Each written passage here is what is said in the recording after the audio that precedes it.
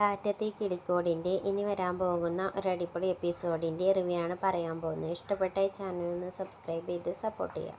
അങ്ങനെ സുധീഷിൻ്റെയും നിധിയുടെയും കല്യാണമാണ്. പിണക്കങ്ങളെല്ലാം മറന്ന് നിധിയുടെ അച്ഛന് സുധീഷും നിധിയും തമ്മിലുള്ള കല്യാണം നടത്താൻ തീരുമാനിക്കുകയാണ്. അങ്ങനെ കല്യാണത്തിൻ്റെ തലേ ദിവസം സുധീഷും നികേഷും ഹരീഷും സുഭാഷും വീട്ടിലിങ്ങനെ സംസാരിച്ചു കൊണ്ടിരിക്കുകയാണ്. ആ സമയത്ത് സുധീഷിൻ്റെ വീടിൻ്റെ അടുത്തുള്ളവർ വീട്ടിലോട്ട് വരുന്നുണ്ട്. എന്നിട്ട് സുഭാഷിനോടും സുധീഷിനോടും നികേഷിനോടും ഹരീഷിനോടും ചോദിക്കുന്നുണ്ട്, എന്താ ഇനിയും ഇവിടെ കല്യാണമാണോ സുധീഷിൻ്റെ എന്ന് ചോദിക്കുകയാണ്. ആ സമയത്ത് സുഭാഷ് പറയുന്നുണ്ട്, അതെ സുധീഷിൻ്റെ കല്യാണമാണ്.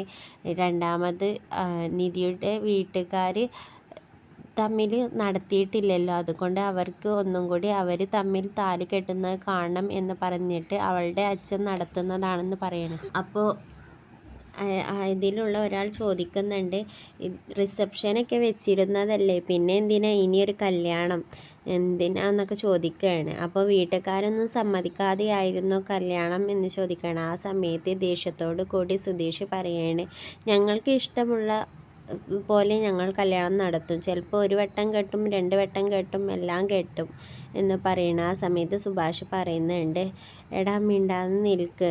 അപ്പോൾ സുഭാഷ് അവരോട് ചോദിക്കുകയാണ്, നിങ്ങളോട് ആരാണ് ഇവരുടെ കല്യാണമാണെന്ന് പറഞ്ഞത് ചോദിക്കണം. ആ സമയത്ത് അതിലുള്ള ഒരാൾ പറയുന്നുണ്ട്, നിങ്ങളുടെ അച്ഛനായ ഭാസ്കരനാണ് ഞങ്ങളോട് പറഞ്ഞത് എന്ന് പറയണം. അപ്പോൾ സുധീഷ് പറയുന്നുണ്ട്, ഇയാൾക്ക് വല്ല കാര്യം ഉണ്ടായിരുന്നു എന്ന് പറയുകയാണ്. അതുകൊണ്ട് ഞങ്ങൾ വന്ന് ചോദിച്ചതാണെന്ന് മറ്റേ ആൾ പറയുന്നുണ്ട്. എങ്കിൽ ശരി എന്ന് പറഞ്ഞുകൊണ്ട് അവരവിടെ നിന്ന് പോവുകയാണ്. ആ സമയത്ത് സുധീഷ് സുഭാഷിനോട് ചോദിക്കുന്നുണ്ട്, എവിടെ അയാൾക്ക് വേറെ ഒന്നും പണിയില്ലേ എന്ന് ചോദിക്കുകയാണ്. ആ സമയത്ത് സുഭാഷ് സുധീഷിനോട് പറയുന്നുണ്ട്, എടാ സാരില്ല, നീ ഒന്നും മിണ്ടാതെ നിൽക്കുക, അച്ഛനോട് ചോദിക്കാം എന്ന് പറയണം. ആ സമയത്ത് അങ്ങോട്ടേക്ക് ഭാസ്കരൻ വരുന്നുണ്ട്. എന്നിട്ട് ഭാസ്കരനോട് ചോദിക്കുന്നുണ്ട് സുഭാഷ്, എന്താ അച്ഛന് സുധീഷും നിധിയും തമ്മിലുള്ള കല്യാണം എല്ലാവരോടും പറഞ്ഞു ചോദിക്കണം. ആ സമയത്ത് ഭാസ്കരൻ പറയുന്നുണ്ട്, അതേ ഞാൻ പറഞ്ഞു, എന്തേ എനിക്ക് പറഞ്ഞുകൂടെ, ഞാൻ ഇല്ലാത്തതൊന്നും പറഞ്ഞിട്ടില്ലല്ലോ, ഉള്ള കാര്യങ്ങളല്ലേ പറഞ്ഞത്. നാട്ടുകാർക്കൊരു വിചാരമുണ്ട് മോള് ഇവിടെ നിന്നും പിണങ്ങി പോകും, മോളുടെ വീട്ടുകാരൊന്നും ഇങ്ങോട്ടേക്ക് തിരിഞ്ഞു നോക്കില്ലെന്ന്. ആ ധാരണ ഒന്ന് മാറ്റിക്കൊടുക്കാനും വേണ്ടിയിട്ടാണ് ഞാൻ അവരോട് ഇതെല്ലാം പറഞ്ഞതെന്ന് പറയുകയാണ്.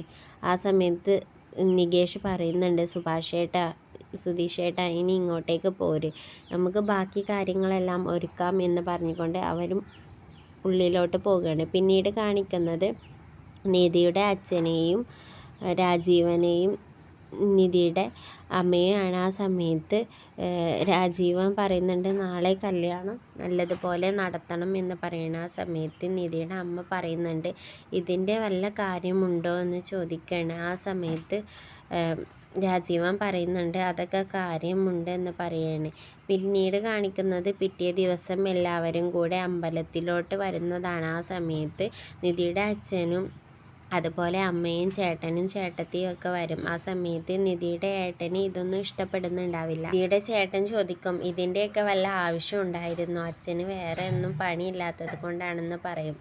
ആ സമയത്ത് നിധിയുടെ അമ്മ പറയും, അപ്പുറത്ത് സുധീഷും അതുപോലെ നിധിയും ഇങ്ങനെ സംസാരിച്ചു കൊണ്ട് ഇരിക്കുന്നുണ്ടാവും. ആ സമയത്ത് നിധിയുടെ അമ്മ പറയും, ഇത്രയും നമ്മളെ സങ്കടപ്പെടുത്തിയിട്ട് അവളും അവനും കൂടെ ചിരിച്ച് നിൽക്കുന്നത് കണ്ടില്ലേ എന്ന് പറയണേ. ഇതാണ് ഇനി വരാൻ പോകുന്ന ഒരു അടിപൊളി എപ്പിസോഡിൻ്റെ റിവ്യൂ.